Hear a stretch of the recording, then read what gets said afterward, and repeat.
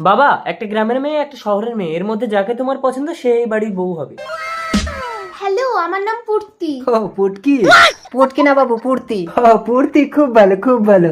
Hello, তোমার নাম কি? থাক, থাক, থাক। আমার নাম সেতু। সেতু? জঘন্য জঘন্য। গ্রামের মেয়েরাই ভালো হয় বাবু। কি বলিস ঘামাচি, আমার তো পুটকিকেই ভালো লেগেছে। আবার এই পুটকি বন্ধ করুন। ঘামাচি। বাবু আপনি তো আমার পুটকি এঁটে দিচ্ছেন। মা সেতু, তুমি কি কি কাজ পারো? আমি সব রকম রান্না করতে পারি। সব রকম রান্না করতে পারো? নিম পাতা দিয়ে টক রান্না করতে পারবে? না, আমি পারবো। পুটকি, পুটকি তুমি পারো?